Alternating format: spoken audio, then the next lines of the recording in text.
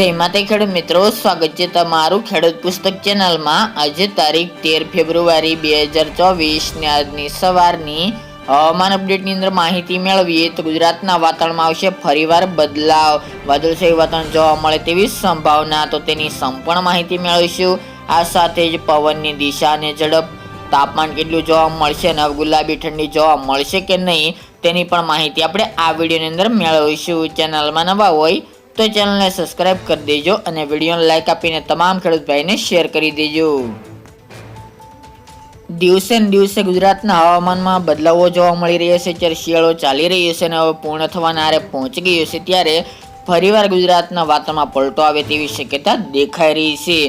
ગઈકાલના રોજથી એટલે કે 13-14 તારીખ દરમિયાન ગુજરાતની અંદર વાતાવરણમાં ફરીવાર પલટો જોવા મળશે અને વાદળછાયું વાતાવરણ મોટાભાગના વિસ્તારની અંદર જોવા મળે આજે તેમજ આવતીકાલે તેવી સંભાવના રહેલી છે। ખાસ કરીને આપણે પહેલા જણાવ્યું તે મુજબ કે એક વેસ્ટર્ન ડિસ્ટર્બન્સ આવી રહ્યું છે, જેની અસર ગુજરાતમાં અવશ્ય જોવા મળશે, પરંતુ કોઈ માવઠાના વરસાદની સંભાવના દેખાઈ રહી નથી। ફક્ત 2 દિવસ દરમિયાન ગુજરાતના હવામાનમાં બદલાવ આવશે અને વાદળછાયું વાતાવરણ જોવા મળી શકે છે। જેમની અંદર આજની વાત કરવા જઈએ તો આજે ખાસ કરીને કચ્છના તમામ વિસ્તારો જેમાં ખાવડા, લખપત, નલિયા, માંડવી સહિતના વિસ્તારમાં ઘાટા વાદળો રહેશે।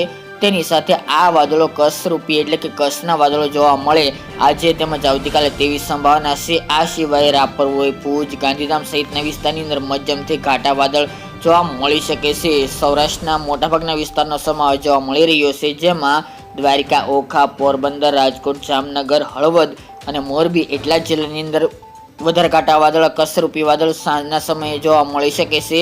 તેની સાથે ઉના, વેરાવળ, ગીર સોમનાથ, ભાવનગર, અમરેલી, બોટાદ એ જિલ્લાની અંદર સામાન્યથી છૂટાછવાયા વાદળછાયું વાતાવરણ જોવા મળી શકે છે। દક્ષિણ ગુજરાતના વિસ્તારમાં પણ ઘાટા વાદળો થઈ શકે છે, જેમાં સુરત, વલસાડ, નવસારી, તાપી એમાં મધ્યમ વાદળછાયું વાતાવરણ, જ્યારે નર્મદા, ભરૂચ, અંકલેશ્વર અને પૂર્વ ગુજરાતની અંદર વડોદરા, દાહોદ, છોટાઉદેપુર, કવાંટ તાલુકો તેની સાથે પંચમહાલના પણ મોટાભાગના વિસ્તારની અંદર વાતાવરણમાં પલટો જોવા મળશે અને વાદળછાયું વાતાવરણ રહી શકે છે।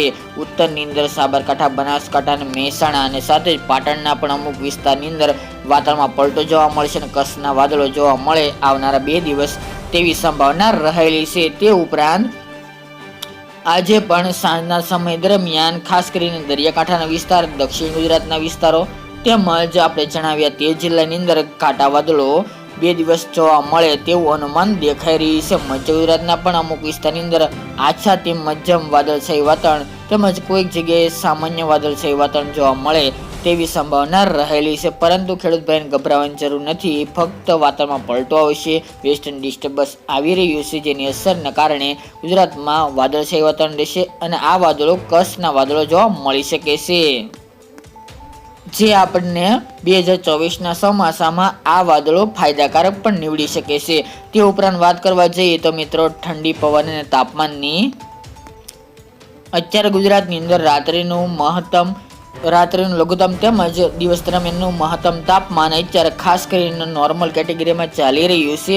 તે મુજબ અત્યારે અમુક વિસ્તાર જેમાં ઉત્તર ગુજરાત અને કચ્છના વિસ્તારની અંદર ઠંડી જોવા મળી રહી છે, પરંતુ હવે ધીરે ધીરે બપોર દરમિયાનના મહત્તમ તાપમાનમાં વધારો થતો જોવા મળશે અને 15 તારીખ બાદ ધીરે ધીરે ગરમીમાં વધારો થાય અને તાપમાન મોટાભાગના વિસ્તારની અંદર 30 થી લઈને 37 ડિગ્રી સેલ્સિયસ સુધી બપોર દરમિયાનનું મહત્તમ તાપમાન નોંધાય તેવી સંભાવના છે। અત્યારે જે નોર્મલ કેટેગરીમાં રાત્રિનું લઘુત્તમ તાપમાન ચાલી રહ્યું છે તેમાં પણ ધીરે ધીરે 1 થી 2 ડિગ્રીનો વધારો થાય તેવી શક્યતા રહેલી છે। હવે ગુજરાતમાંથી ગુલાબી ઠંડી વિદાય લઈ લેશે, સાથે જ હવે શિયાળો ધીરે ધીરે વિદાયના આરે પહોંચી ગયો છે। 15 તારીખ બાદ મોટાભાગના વિસ્તારમાંથી તાપમાન ધીરે ધીરે ઉચકાશે અને ઘણું બધું ઉપર આવે તેવી સંભાવના છે। આજે તેમજ આવતીકાલે 2 દિવસની વાત કરીએ તો સૌરાષ્ટ્રનું તાપમાન 28 થી 29 ડિગ્રી સેલ્સિયસ સુધી તમામ સેન્ટરની અંદર જોવા મળશે।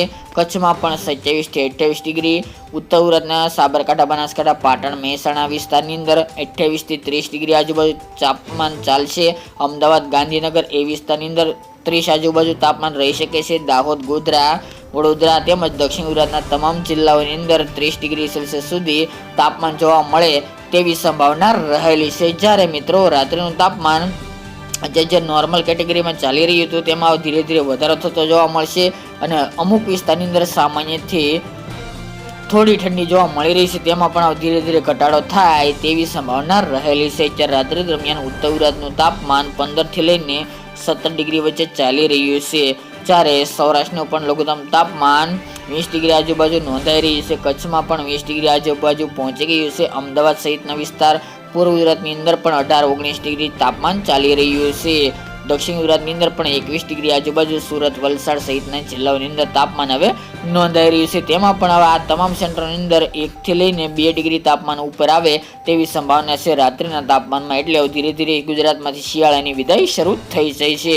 તે ઉપરાંત વાત કરવા જઈએ તો મિત્રો, આ વાતાવરણમાં દિવસે દિવસે ફેરફાર થઈ રહ્યા છે, જેના કારણે હજુ ગઈકાલના રોજથી એક ઝાકળ વરસાદનો રાઉન્ડ આવી શકે છે. તે આવનારા 4 થી 5 દિવસ જોવા મળશે, પરંતુ જેમાં પૂર્વ ગુજરાત, દક્ષિણ ગુજરાત, મધ્ય ગુજરાત એ વિસ્તારની અંદર સામાન્ય વહેલી સવારે ઝાકળ વરસાદ જોવા મળશે. જ્યારે સૌરાષ્ટ્ર, કચ્છ અને ઉત્તર ગુજરાતના જિલ્લાઓની અંદર સામાન્ય કરતાં થોડો વધારે ઝાકળ વરસાદ નોંધાય તેવી સંભાવના છે. પવનની ઝડપ અત્યારે નોર્મલથી લઈને 15 કિલોમીટર પ્રતિ કલાકની ઝડપે પવન આવનાર દિવસોની અંદર જોવા મળે તેવી શક્યતા દેખાઈ રહી છે. સાથે જ અત્યારે પવનની દિશામાં આજથી ફેરફાર જોવા મળશે, જેમાં ઉત્તર પૂર્વની પવનની દિશા હતી તેમાં ફેરફાર થઈને ઉત્તર પશ્ચિમના પવનો થાય તેવી શક્યતા દેખાઈ રહી છે. પવનની ઝડપ નોર્મલથી થોડી વધુ જોવા મળે તેવું અનુમાન દેખાઈ રહી છે. તો મિત્રો, આ અત્યારની વહેલી સવારની અપડેટ. ફરી એક નવા વિડીયો સાથે મળીશું. આજ માટે એટલું જ.